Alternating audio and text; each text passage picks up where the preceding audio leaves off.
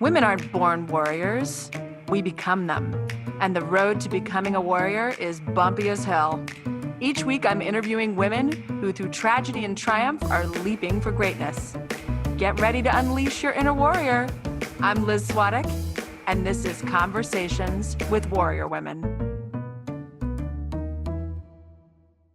Welcome to Conversations with Warrior Women. I am your host, Liz Svatek. Today, we are talking to Malika Chopra. Malika is a warrior mom, a media entrepreneur, public speaker, and the published author of Just Breathe, Meditation, Mindfulness, Movement, and More, and Just Feel, How to Be Stronger, Healthier, Happier, and More, among other books. Malika shares insights she gained while seeking meaning and balance as a mom and entrepreneur who felt she was overwhelmed by work, family, and too many responsibilities. Sound familiar, guys? Malika has taught meditation to thousands of people and enjoys speaking to audiences around the world about intention, balance, and living a life of purpose. Welcome to the show, Malika. Hi, nice to talk again. I'm so glad to see you. Yeah, likewise. So, Malika, we met years ago when I started the Warrior Moms, and I don't know how I got so lucky, but I got to have you speak at my event. And you spoke there, and one thing that was just made me just die laughing was you were so funny. You were so funny. Like I was ready to, gain the knowledge and sit there and just be still. And when you were talking and telling the stories about how you normally, when you had problems, went to your mom and not your dad, I literally was crying laughing, listening to those stories. I thought that was so funny. It had us all in hysterics. But all kidding aside, tell us, what was it like to grow up with Deepak Chopra as your dad? Yeah, it's usually the first question I get. And it's, neither my brother or I feel like we had anything different or special. So I think a lot of people have perceptions. When we were kids, my dad was a pretty stressed out doctor, and then he discovered meditation. But even after that, people had this perception that he lived this very holistic life, and we'd be, traveling somewhere and, getting a Coke from a soda machine, and people would see us and be like, "Ooh, we're going to tell your father." And we'd laugh and be like, "Well, we're getting it for our father." And so, so I think there's a perception of things, but we were lucky because as young kids, we got a lot of the tools that helped us through life, whether it was meditation and mindfulness tools or just thinking positively or being more aware of our bodies. So for that, I feel very grateful. Yes, absolutely. I think that's so fun. You're right. People think you're living with the Dalai Lama. Like every minute is prayer and meditation and nothing else, and you're eating celery and that's it. Not at all. You have now become an author and a speaker in the mindfulness space, but you didn't start out that way. And I think this is really important. So tell us about your career path before you kind of were doing this. Yeah. So, like I said, for my brother and I, we grew up in Boston. We went to schools there, went to college. And to be honest, I never wanted to do the kind of stuff that my dad does. After I graduated from college, I had this amazing opportunity. I actually worked with Michael Jackson and launched his Heal the World Foundation. And then I could really, and then I continued in music, and I launched MTV in India. So I was a very entrepreneurial, young, adventurous, wandering the world, and kind of leading this amazing life. Because of my work, I ended up going and doing my MBA at Kellogg Business School in Chicago. And I met my husband at a rave in New Delhi. So again, very non-Chopra-esque type of meeting. Hi, Dad. I met this guy at a rave. Isn't he cool? Yeah. So we got married quite young. And I would say what happened is, I realized in my work journey, it started with the MTV experience, but I realized that what I was doing on a daily basis, while really cool and fun and exciting in many ways, really wasn't aligned with what I wanted to offer to the world.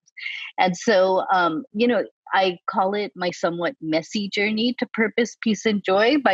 My book was called Living with Intent. That's more for adults. And that really is about like these moments in life when we pause, we reflect, we get realigned with our values, and what we want to offer and how we want to serve. And so for me, that's kind of been a very messy journey, but also a very fulfilling one, and one that I realize continues, like even right now at this stage in my life, I'm kind of recalibrating and figuring it out. Yes, but tell me, was there one moment where you kind of realized, like, what am I doing? I feel like a lot of the women I talk to, women that are leaping for greatness, personally, professionally, trying to do things in the world, I feel like there's like sometimes there's a moment where you like are like, what am I doing? Like, did you? So have there's a several, moment? there's several moments. The first one was when I was working for MTV in India, and we had just sold our biggest sponsorship. It was a very successful day, and we were driving home in our fancy air-conditioned car through one of the slums of Bombay. And I just remember, while we were drinking our champagne, being stuck in traffic, approaching a group of kids who were blocking the road. And as we approached it, we saw that they were mesmerized by something on a roadside stall. And as we approached it, we saw there was a television hanging by wires, and there in the streets of Bombay were American kids grinding to hip hop music in Santa Monica, where I live. And while everyone in my car cheered because MTV had reached every corner of the planet, my heart stopped, and I thought, oh my God, what am I doing? Exactly what you said. And it was one of those moments where I had to actually reconnect with so many of the lessons that my dad had taught us growing up, which was to ask, how can I serve, and what do I want? And what do I want for myself, my family, my community? And while I had the dream job, it wasn't aligned with how I wanted to serve. So that continued, though, at different phases. I was 5 months pregnant on 9/11. Another time in my life, Oh my God. where like all of the excitement and magic and beauty of becoming a mom became fearful and anxious. And I would say when I was 30, pregnant with my daughter, I had one of those moments where I really thought, okay, how can I serve my family, in this time, my new family that's yet to be formed. And that was when I shifted from kind of the career path I was on to going back to so many of the lessons I had learned growing up, and rediscovering meditation, thinking about intentions. My first book was called 100 Promises to My Baby. So it was my intentions to be a mom. And so, I've had many of those moments. I love that. You know what I kind of love about you is, if I feel like with Deepak, if I was going to go to Deepak, I'd be like afraid to ask him one question. Like, I don't even know what I would, there's like an intimidation factor. But what I love about you is you've lived other lives. You've done other things. You're a mom. You've had all these experiences, and you're unafraid to kind of say, well, yeah, it's a mess. Like, I mean, it wasn't perfect. I mean, it makes everybody feel like we can do what you're doing, or we can kind of look inside. And it's funny because I hear that all the time. Oh, she's just like me, and that I'm relatable. It's so funny because my dad is too, but I think my dad, there's a mythology that's evolved around him. No, he is relatable. You're right. Because when I see interviews, he's very funny, and he talks about like, I used to smoke and I was crazy, and like, I mean, I think you're right. There's just an aura about him. I don't know what it is. It's just like But anyway, you kind of mentioned this, but I know, like, a lot of moms, especially women, yes, oh my gosh, we're struggling for sanity right now. So what advice would you give some moms or some women out there right now that are kind of trying to maintain balance in the state that we're in right now? So, yes, another pivotal moment in my life was a few years ago when I was kind of balancing a lot of work and parenting and, just life in general, and realized while I was teaching a group meditation that I myself was completely unbalanced, unfocused, unhealthy, on a sugar rampage. Oh, you're teaching it and you're realizing it in the middle of teaching. Exactly. That's amazing. And so, I, at that time, made a real shift to reconnecting with so many of these lessons. So recommitting for like the 10th time to my meditation practice, being more aware of what I was eating, moving, etc. And so, and it began with, that's what my book, Living with Intent, is a real process of setting those intentions and making small changes that ultimately had impact. But My main advice to women is one, be self-forgiving. We're all struggling. Ask for help, because that's something that's often hard that we don't do. And also think about like the micro intents, like what can I do today that will help me get more focused and balanced. And so I do teach a lot of different meditation techniques, but it can begin and that's what my kids books now are about, with just breathing, taking some pause, going for a quiet walk, find like just 5 minutes in your day for self-care. And if you can begin with that, you start to yearn it and you start to find ways actually to bring it into every aspect of your life. We're all busy. We're all crazy. Specifically these days, it's a stressful time. It's a time full of a lot of emotions, sadness for some of us, a lot of grief, missing out on things, kind of feeling guilty that maybe we're in a good place, but we're still sad. And so, I just like to stress to people that all those feelings are normal and natural. And the first step is to embrace them and kind of go through whatever process you need to go through. Don't feel guilty about it, and recognize that also in your family and your kids. Yeah, I feel like, it's so funny. I've talked to a lot of people. The feeling of the feelings, you can't really get around it. Yes. You really can't get around it. Yeah. You really have to feel it and just try to move through it in whatever way, like you're saying, because I feel like if you're resisting, it makes it worse. You need absolutely. Well, and it makes it cry or whatever. Be mad. Well, it makes it worse also physically. We start to hold that in our bodies. So my book, Just Feel, is very specific. Again, written for kids, but I'm finding adults and teachers love them. Which is start naming your feelings. Kind of lean into them. That helps you breathe through them, feel them in your body, find ways to release them, to share them, and then you can kind of continue. But the more that we hold on to them, that stress builds up in our bodies as well. Yeah, absolutely. Okay. So you've taught meditation to, I don't know how many people. So why are you such a big believer in meditation? Like, what do you think meditation really does for people? So I learned how to meditate when I was 9. So I had mentioned, my dad started early. So now yes. that's why I can't do it, because I didn't start when I was 9. Anyone can meditate. So I started when I was 9, but I started because I saw that meditation was transforming my parents' personal lives, their health, their relationships. And so when my dad taught my brother, it was like a great gift that we got. But I was a very irregular meditator and have been an irregular meditator most of my life. But when I was 9, I was given some tools that helped me whenever I needed them to discover them. And that's why I've written these books for kids, because I strongly believe that kids are smart enough at 8 to 12. They actually are more innocent and more open than a lot of adults are. And it really does begin with just breathing. When we take a deep breath, for that breath, like if you just right now take a deep breath in. Okay, I'm going to do it. And out. Just taking that breath helps your mind at that moment to stop racing. And when we start connecting with our bodies, we become more aware of the feelings in our bodies. But even taking 4 breaths, like one that I share with kids, is just kind of take your fingers and put your thumb to your pinky, take a breath in, and then move to the next finger, breathe out. Breathe in and breathe out.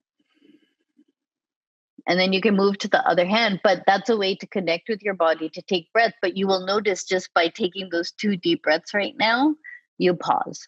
And so what meditation does, and there's a lot of research around this, but it helps kind of that racing mind, that automatic fight or flight response that we have in stressful situations. It helps us reconnect and make more mindful, conscious decisions. And that helps on a whole slew of things. So the reason I'm such a believer in it is it's a tool I've had in my entire life without all the scientific research I know from experience. Now, now, of course, the scientific research 30, 40 years later is catching up to this, these wisdom traditions that have lasted thousands of years. So they're just because they're simple techniques. I think a lot of people feel like they can't meditate, like you said, because in their head, they're thinking that they're supposed to do something. They're supposed to empty their mind. That's not it. All you're supposed to do is connect with the breath, to when you kind of have racing thoughts, to recognize them and go back to the breath. So there are many different meditation practices, and I recommend so many of the apps that are out there, or other, there's so many different types. Just kind of find something that works for you. For some people, it may be movement and yoga or dance, or going for a run on the, outside, or just connecting with nature in whatever way you can. Okay. So there's no wrong way to do it in a weird way. You have to kind of open yourself to the way that it works for you. Exactly. And I think this, or an outside, or your yes. yoga. And I think this goes to the core of what the difference between intentions and goals. We live in a very goal-oriented society. And so a lot of people in the West particularly, they feel like, okay, I have to get it done this way. That's not what we're doing in meditation. Rather, it's the intention to connect, to breathe, to pause. And whatever happens in that time is normal and natural, and what your body needs at that time. And the last thing that anyone should be doing is getting stressed about their meditation practice, because or judging themselves how they're doing it. Right. Exactly. Right. Okay. I got you. Okay. So, but you said you're a regular meditator. So tell me what that means. Well, so, I'm almost when do you want to do it, and when do you not want to do it? You mean stress and then you bring it back in, or Yeah. So I've gone through phases where I meditate, once or twice a day. And I'll do that for years at a time. But then I've gone through years where I don't. And then what happens is I reach this crisis, stressful moment. And then I'm like, oh, I have, there is that practice that I have. And at different times in my life, different practices have worked. More recently, only in the last year, I would say, have I discovered yoga. Whereas before, if you asked me to do downward dog, I couldn't even do that. But I'm finding that I love the physical connection and the breath and slowing down that way. But a regular meditation practice has the best benefits. So when you go and you learn meditation from some places, they'll recommend half an hour in the morning and half an hour in the afternoon. I haven't done that, I think, for 30 years. And so that's because you're a mom. Yes, exactly. So, especially when my kids were younger, I would find kind of 15 to 20 minutes in the middle of the day before they came home from school, where I could just have my tea, do my meditation. And that kind of provided my anchor. These days, my kids are much older, so I have a lot more flexibility. So I'm trying to do, 10 to 15 minutes in the morning, and if I can, in the afternoon as well. But a regular meditation practice is really what gives you the best benefits. But honestly, I'm all about do what works for you. Totally. And can you do, I guess you can do it with your kids too. You can't, yes, we need our alone time. Don't hear what I'm not saying, but you also could do that as a thing you do with your kids so that everybody can kind of take a break and, focus on their breaths, and everybody can kind of de-stress. So it's something you can do with them. Did you do it with So my books, Just Breathe and Just Feel, that's exactly what they are. They're full of exercises that you can do alone with your kids, that your kids can do. So that everything from taking a mindful walk outside, so no devices, just being quiet, observing what's happening, having a mindful meal, even in the first 3 minutes of your meal, just appreciating all the tastes, sounds, textures of the food, having a gratitude practice. So, again, once a day, thinking of something and sharing with each other what you're grateful for, setting an intention in the morning. There's so many things that we can do with kids, and there are meditation practices in there as well. But it doesn't always have to be just being quiet. Okay. I like that. I have to get that book because I have a 10 or now 11 and 13-year-old. And I think we need this book. Mm-hmm. What has been the biggest change, would you say, personally for you since the pandemic started? Have you found yourself struggling or thriving, or a little bit of both? How has it been in your house? So my kids are older. So, I don't envy those who have younger kids. How old are your kids? Are your kids in college? No, I have an 18-year-old. She's a senior in high school, and a 15-year-old who's a ninth grader in high school. So they've been really busy. But in our house, there is a lot of sadness because my senior is missing everything, all of her Just going to traditions. say you have a graduate. Yeah. And it's just sad because, her school has so many traditions and she's missing out. But as I mentioned earlier, is like, at the same time, we're so lucky, like where we live, we have resources. And so, there's also almost guilt with feeling sad, but that grief and sadness is real. So we're just trying to find ways to every day celebrate, be grateful.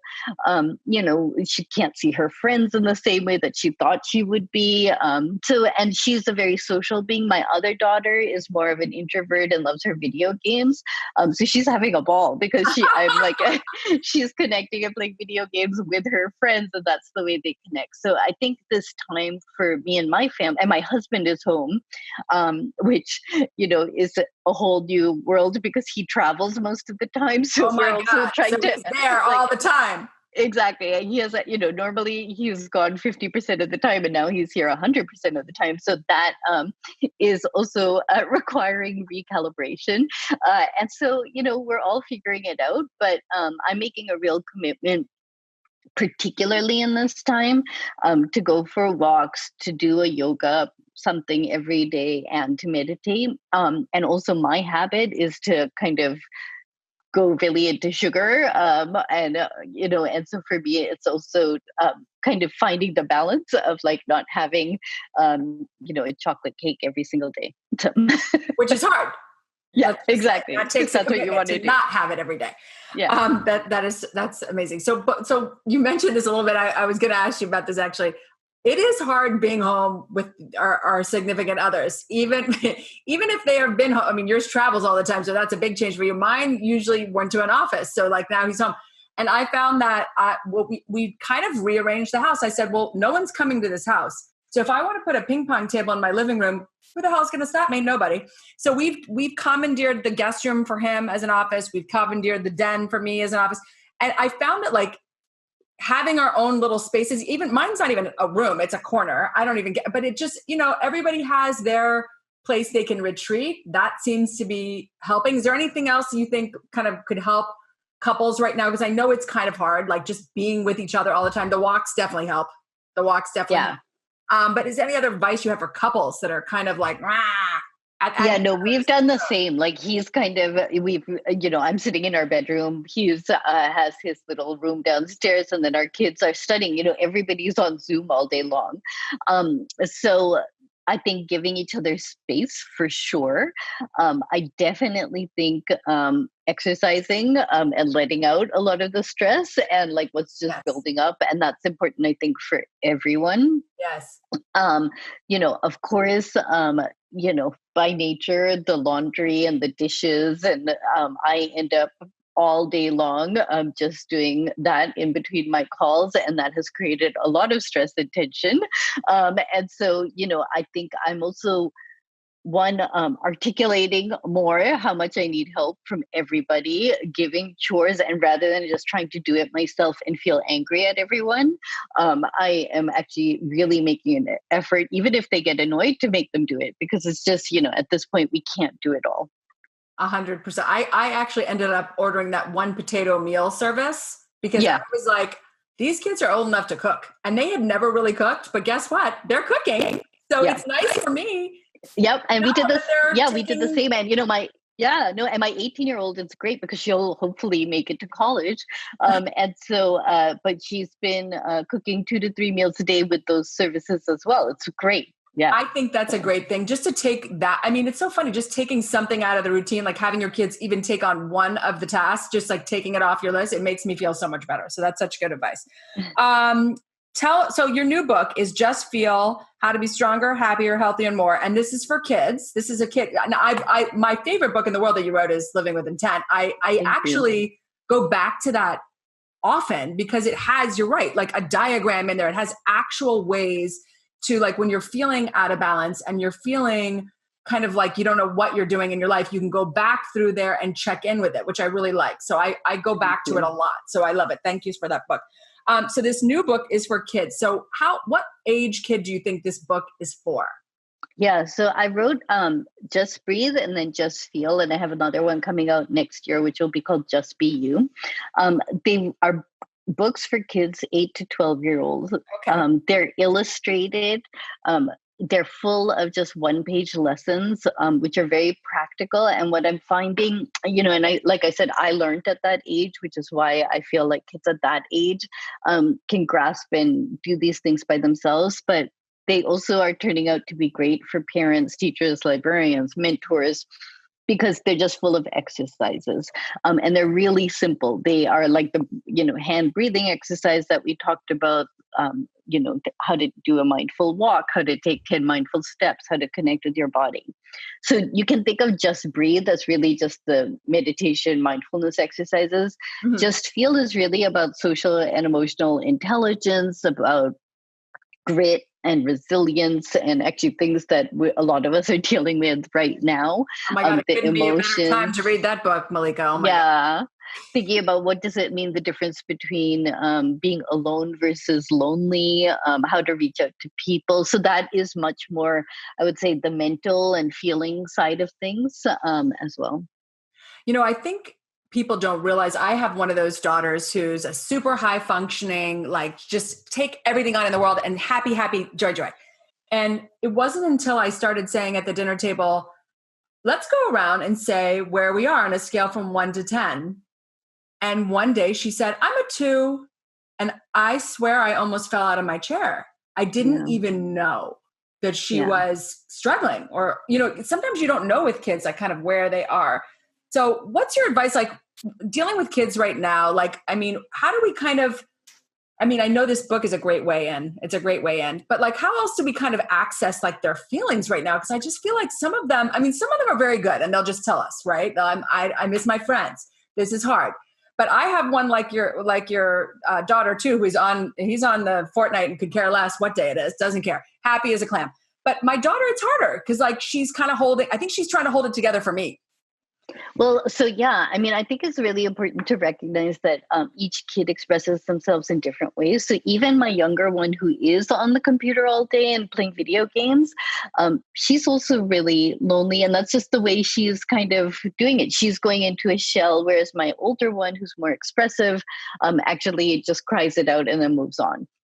And so I think it's important to recognize that just like we experience things differently, and our spouse may, each of our kids is also kind of living through this in their own unique way. So I think it's important as a parent to recognize that each one is experiencing it in a different way, and just finding ways to connect with them. So actually with my younger one, what happened is she goes into this virtual world. And so we ended up I'm now on Nintendo Switch playing Animal Crossing with her, as is my nephew who's like 11. And so it's like now that's become, actually, we've kind of finding ways to connect with your kids in their format. And so, of course, we go for walks, we do our meditations, we do everything else. We have our family dinners, but I'm also trying to find ways to connect with her on her platforms. And then, that is a really good piece of advice. Yes. Yeah. And then my older one, she's the young adult. She's like, I'm letting her kind of these days at least go for drives or a distance walk with friends, or one friend at a time with their masks. Like, we're finding ways to stress the difference between physical distancing and social distancing, and so I really want it to be physical distancing. It doesn't mean that they can't connect in other ways. Yes, I agree. Because you know what? We're isolated, but we don't want to isolate. That's what's so hard about this time, right? Like, we don't want to make ourselves feel like we are really alone. We want to know that we can connect. So that's very true. All right, Malika, it's on to my speed round questions. This is my favorite part of the interview all the time. What is your cocktail of choice? Japanese whiskey. So I have my hibiki. Nobody has ever said that before. Japanese whiskey. What kind? What is the brand of this Japanese whiskey? I'm obsessed with hibiki. It's a Japanese whiskey. It's like all I drink. I love it. And you saw it on the rocks? Nope, I just have it straight. It's great. You are a powerful woman, Malika Chopra. Okay. What is a mantra, or I'm sure you have 100, or quote you live by? Don't take life too seriously. It's what my dad always taught me and my brother. That's a really good one. I like that. What's a simple thing you do for yourself, like a self-care tip that we can do? I do my meditation, so I recommend you find your practice. For me, it's a kind of just 10 minutes of being quiet, focusing on breath, and I use a sound to kind of just settle my mind. But I would recommend find what works for you, whether it's through apps or movement, or in my books. There are very many simple exercises. Okay, I'm going to get those books, so I'm going to do it. I'm going to do it with my kids, so that's how I'm going to do it. What makes you feel unstoppable? Gosh, I think my kids, we do it like you just have to keep going. You have to figure it out. And also it's kind of the love and the joy and the everyday experiences that we have with them, even though it's fraught with also frustration. At the end of the day, it's the love for them and the inspiration that they bring to life. I love it. Who do you most admire? My parents, I really do. I'm very lucky. Not just my father that everyone knows, but my mom, who really is, for me, the epitome of everything that it means to be a mother. And I've talked in the past, like my mother has never apologized for being a mother. She was a stay-at-home mom. She focused on our, her family and our extended family. And because of that, we all are very, grateful. I love that. I love that. What is exciting you the most right now? So when I saw this question, it's hard. Sometimes this is a hard question. Well, and especially right now, because usually I'm excited about a trip or something like that. I know, right? Yes. Right now, I'm approaching that on a daily basis, and so like literally today, I'm really excited because my friend and neighbor has found like some knife sharpening company that will come to your house, and so I'm like taking out my knives. And so when this guy comes with his mask, I'll let him go in the kitchen and sharpen knives. I'm telling you, it's one day at a time, 1 hour at a time now. First of all, I know exactly what you're saying. My dog groomer, she called me. She's a mobile dog groomer. She's like, guess what? I'm like, stop it. Can you come to the house and clean the dogs? Can this happen? Yeah. I mean, it's just, right. It's the little victories. And also just a change from the monotony. Like if my friend's like, I'm going to come by and take a walk with you. I'm like, really? Oh, yeah. It's just like things that I used to just think were no big deal. Now have become the biggest deal of my life. Malika, thank you so much for doing this today. Thank you for talking to us. Thank you for having me. Thank you. And good luck with everything. Thank you. I'm so glad to reconnect with you because I really have never forgotten you. And I feel like this is why, because I love talking to you. So thank you. Thank you so much. Okay, everyone. Thank you for joining me today. Remember to subscribe on iTunes, Google Play, or Spotify. And if you enjoyed the show, leave us a review. This is Conversations with Warrior Women podcast with me, Liz Svatek. Remember, every woman has a story. You just need to ask her. Bye.